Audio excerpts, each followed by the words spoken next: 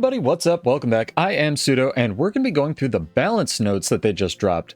There was a huge patch update today that I did not expect, but I'm glad to see, and we're going to be going through it, so let's jump right into it, shall we? This top stuff is mostly open world, so I won't be covering it too much because this is a balance channel, but they basically fixed a ton of bugs and such with Visions of Eternity, so read through this on your own time or check out like Muckluck's channel if you want him to go through all this PvE stuff.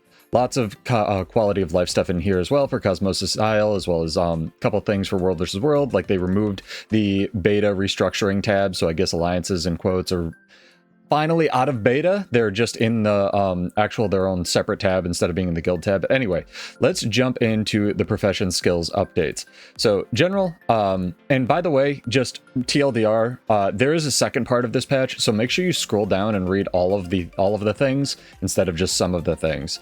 So yeah, getting a lot of comments already to people talking to me about this, and they're like, where's the LE notes? And it's like, they're down, dude. Anyway, profession skills. General, Relic of Bloodstone, increase the duration of Bloodstone volatility from 8 seconds to 10 seconds, reduce the damage bonus from 10 to 7 in PvE only, so they're smoothing out Bloodstone's rotation a little bit in terms of damage. Removes this note as it refers to a fix we're working on for the future game updates. Ground targeted skills can no longer be cast with snap to target if their targets are off screen or behind obstacles that hides the camera. So this actually is really important because this was like my favorite note. I skimmed through this, and this refers to things like the engineer shortbow that can just be shot without line of sight to things that are kind of, it's not really healthy for the game, and it's kind of ruining in terms of like how strong actual skills can be. So I guess they thought they fixed it, and maybe they didn't. So we'll see that in maybe a future update. But thank you for clarifying this because this is a big note, ArenaNet, so appreciate the update on that. Elementalist, dual charge, fixed an issue that allowed the skill to strike more times than intended when used by multiple players. Evoker, fixed an issue that prevented voice lines for several evoker skills, very important. Rejuvenate, the skill now has a different icon depending on the player's selected familiar, which is honestly dope. You can now pet all the familiars, it's very cute. I'm really glad they worked on this. It's important. It's very important for the game. It's cute.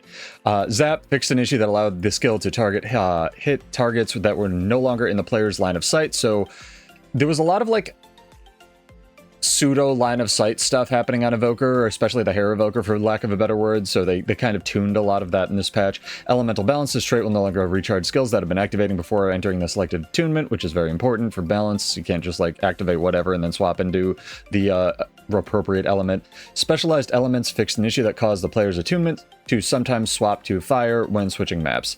They shouldn't have fixed that. That's very funny. A lot of these preamble notes are mostly quality of life stuff, so skip ahead in the notes or the video, I guess, if you want actual balanced numbers. But here's some of them. I know a lot of them are like addendumed here, but here we are. Engineer. Essence of Animated Sand reduced the power coefficient from 1.0 to 0.6 in PvP only, cutting it almost in half. A lot of these are on the shortbow. Shortbow is kind of the problem that's been the general consensus in the PvP community that's kind of been overperforming, not necessarily Hollowsmith. So it's great to see that actually get touched a little bit here. Essence of Living Shadows, again, power coefficient going down to 0.6 in PvP only. Essence of Liquid Wrath, reduced the power coefficient by 0.23 in PvP only. Flame Jet, this is the flamethrower, reduced the power coefficient from 0.15 to 0.12 in World vs. World only. The reason you'll see like a lot of these big or smaller World vs. World numbers adjustments in this patch, especially on Engineer, is this skill is kind of just like a cone power hitbox that doesn't really obey, you can't projectile block it essentially. So reducing it by a little bit when a lot of people are running this in a Zerg on like a Scrapper reduces the overall damage by a lot. That's why you'll be like, oh, why'd they only nerf it by that much? Or like, why'd they nerf it at all? That's why. It's aimed at Zergs. Flame Blast increased the cooldown from 6 to 8 seconds and reduced the power coefficient from 1.3 to 1.1 in World vs. World only, like I said. Napalm increased the cooldown from 25 to 30 seconds, reduced the power coefficient again in World vs. World only. Amalgam, liquid state can now be usable underwater. Great. Guardian, Willbender, fixed an issue that caused Willbender's flames to strike more times than intended when used by multiple players. This one's kind of interesting for PvE, especially high-end PvE, because there's a strat on Ura LCM called Willy strat or Willbender strat, apparently, that I was talking to my friend about, who's a very high-end raider. He's done it multiple times, and you just stack Willbenders, and then you stack Willbender flames on the spawns that Ura generates, and basically you just power, bonk your way through all the mechanics that Aura has, for lack of a better word. So I asked him if this would affect that. He said probably not, but it's nice that I guess the bug is more appropriately balanced in the game. Repose, reduce the base healing from 2,600-ish to 1,600-ish in World vs. World and PvP, which is weird because I don't think anybody was running that. Luminary, fixed an issue that prevented several Luminary skills from playing voice lines, extremely important. It's quality of life, it's nice. Resolute Stance, fixed an issue that caused a skill to heal downed allies. Oh my god. That's kind of big. So glad we can't just res people a la instant transfusion with that. Mesmer, Ego Restoration, fixed an issue that prevented this trait from working with Tale of the Second Scion. Necromancer, again, a lot of these pre-notes are just fixed an issue, but some of them are big, like the Resolute Stance thing, so bear with us here. Necromancer, Ritualist, fixed an issue that prevented a number of Ritualist skills from playing voice lines. Again, always good. Issue that caused spirit attacks to track enemies that were in stealth, which is weird because there's a lot of things in the game, like Dragon Trigger, that track things while they're in stealth, or that start casting while you're in stealth, so I guess Ritualists were just always tracking people in stealth no matter what, or at least their spirits were.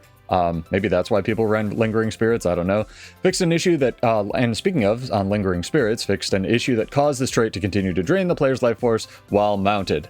Awkward. Ranger, Spirit of Nature, reduce the number of revivable targets from 5 to 3 in World vs. World only. I was actually really wondering when this was going to get hit for World vs. World, because if you trait Spirit of Nature, it'll slam twice, so it'll do the res twice, which is, even for a 2-minute cooldown or whatever it is in World vs. World, is kind of big for a Zerg engagement. So this was always a pretty good pick, because the AoE on this revive also, I think, is nuts. It's like at least 600, maybe more than that. So being able to revive 10 targets with 1 button push per character was kind of enormous for World vs. World in general. It's they're really, really cagey with target cap, and again, I'd love to ask them about this, but it's good to see things get normalized like this, I guess. So again, very powerful skill previously, still moderately powerful, 6 targets better than 3 on a res, so very good. Gale Shot, fixed an issue that prevented Cyclone Bow from being able to set to auto attack underwater. Underwater content incoming, chat. Grab your kids, hide your wife. Hawkeye, fixed an issue that prevented this skill from being reflected properly. Interesting. This is an indirect buff to Bladesworn, as well as everything that runs Magnetic Aura. That's actually kind of huge. Mistral, this skill is now usable underwater. Perfect Storm, also usable underwater. Great. Revenant, banish enchantment, fixed an issue that prevented Cosmic Wisdom from reducing the energy cost of this skill in PvP in World vs. World. Increase the recharge of this skill with Cosmic Wisdom from 5 to 10 seconds. So they fixed a bug and then balanced it in World vs. World, I suppose. Conduit, Beguiling Haze, increased the strike damage from the initial skill use from 1.1 to 2.2 in PvE only. This strike damage coefficient on the follow-up strikes has been decreased, so initial burst now front-loaded, I suppose, on Beguiling Haze here. And it'd be decreased from 1.1 to 0.6. Twin Moon Sweep, Legendary Demon Stance. This one was actually huge for PvE rotations. Twin Moon Sweep, Legendary Demon Stance, fixed an issue that caused the shatter portion of the skill to interrupt the casting of other skills. This was really annoying for doing your PvE rotation. Talked to a bunch of my PvE friends, and like if you would use the Mace Leap and then have Twin Moon Sweep casting already, it would just interrupt the leap and it wouldn't finish the hit on the mace, so they fixed that bug. It's actually weirdly a nerf to the rotation, so we'll see if the damage goes down slightly according to my raid friends, but I don't know, it's nice that they actually fixed the rotation, but like weird indirectly nerf. Anyway, the combat system in this game is super weird. Thief, Antiquary, Grit Swipe now requires a line of sight check instead of a pathing check to be cast on enemies. Skill aftercast has been reduced by quite a bit, 37.5%. They usually label that in seconds, but that's a huge aftercast reduction. And it now actually requires line of sight, so that's interesting. Bountiful Theft, fixed an issue that prevented Grit Swipe from stealing Aegis from opponents properly when the trait was equipped. Interesting. So I guess it goes through and steals Aegis. Maiming Spear increased the... So here's a bunch of warrior nerfs for World vs. World. I'm going to rip that band-aid off, but we got one very key buff today, and that should be a salve to all of this. So Warrior, pretty much only nerfed in World vs. World from what I read. Maiming Spear increased the cooldown from 6 to 8 seconds, reduced the initial power coefficient from 0.8 to 0.7. Again, kind of the engineer thing I talked about, too much Paragon damage running around out there. And the aftershock coefficient from 0.35 to 0.3 in World vs. World. Again, tiny little nerfs, gonna have a larger impact on Zerging. Spear Marshal Support reduced the power coefficient from 0.25 to 0.215 in World vs. World only. These are, again, very minor personal nerfs, but like overall they'll be, I guess, hopefully maybe impactful. I don't know. Harrier's Toss. I didn't even think World Warrior was that much of a problem in Zergs, but I guess it's been overperforming. Let me know in the comments if like Paragon's the secret sauce and also what's up with it.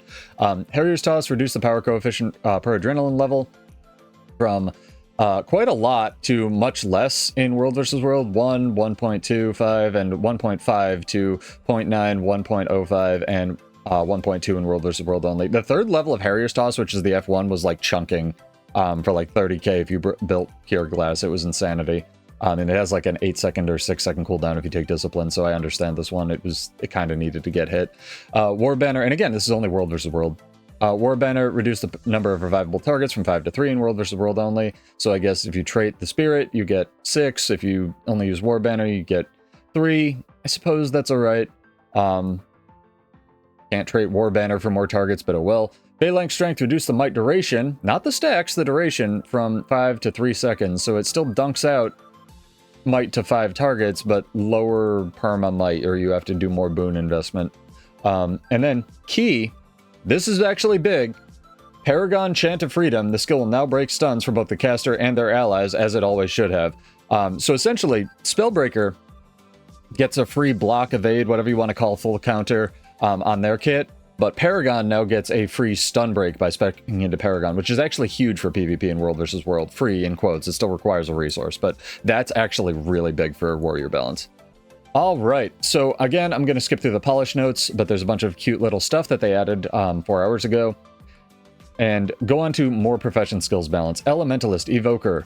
Zap, reduce the power coefficient from 0.29 to 0.15 in PvP only. Again, I believe this skill hits multiple times, so it's still a good skill. They just touched up the damage. Hair's agility increased the cooldown from 25 to 50 seconds in PvP only. I assume they increased the cooldown because they don't want to remove the blur from it. So the 2-second blur is here to stay on the hyper offensive stun break, but the cooldown is a little bit more reasonable, which I think is fair. Like, you see skills like Balance Stance have a 50-second cooldown that have that defensive component. Even Endure Pain is like a 40-second. I think 30 seconds is probably a good number for that in PvP. Enchanted Potency lowered the critical strike chance with bonus Fury from 10% to 5% in PvP. That's actually huge. A 5% damage nerf-ish on that is quite a lot.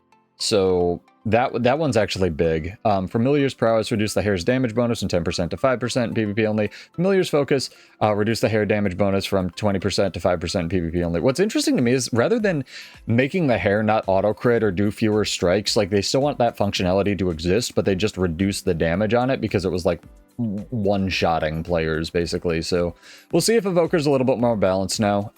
It might not be compared to some of the other gods running around there, but I think it's in probably a healthier state for the game.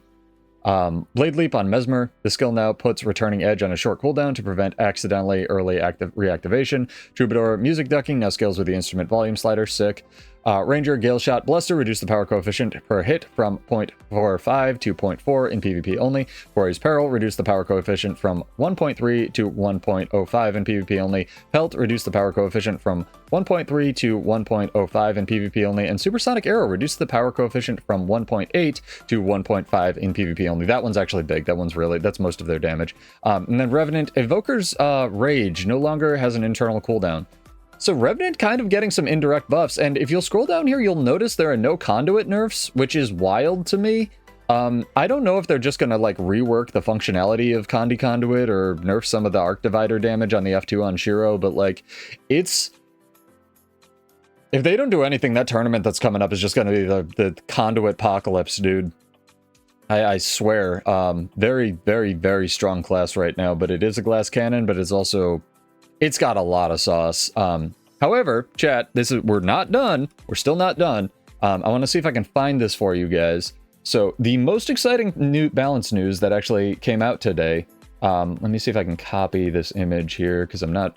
I think they posted it on Blue Sky, but let me see if I can just post this here. Hey, we did it. So, Grouch, the game director, actually posted. This is the most exciting balance news that came out of today. Grouch, the game director, posted, FYI, we have a balance update focused on BOE specs coming on December 9th, followed up by a more substantial general balance update in mid-January. The preview for the January update will happen sometime in December before the holiday break. So I assume that this more substantial general balance update will be part of the let's get rid of development debt sort of nonsense that they're doing. I'm coping, you know, maybe we'll see some Blade Sword changes, maybe we won't, but like, this is huge for the game director to post this, so I'm pretty excited. He kind of never does that, but this is good.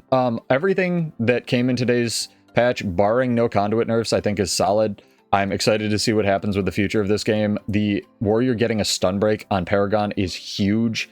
It also probably means we won't get a stun break anywhere in our core trait lines, but we'll see. I don't really know. I don't think this like fixes warrior balance, but hey, it's progress.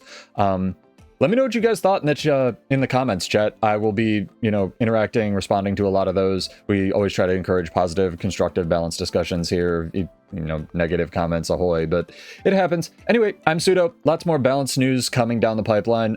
Subscribe, like, follow all that nonsense if it helps you out, if it helps your algorithm out. And I stream Monday, Wednesday, and sometimes Saturday now, Monday, Wednesday at 9 Eastern, and Saturdays at 7, and we do giveaways every Monday. So cheers! I hope to see more of this. Thank you for communicating this, ANET. It was a nice little fun treat for today, and I'll see you guys in Castora. Peace out. Have a good one. Let me know what you thought.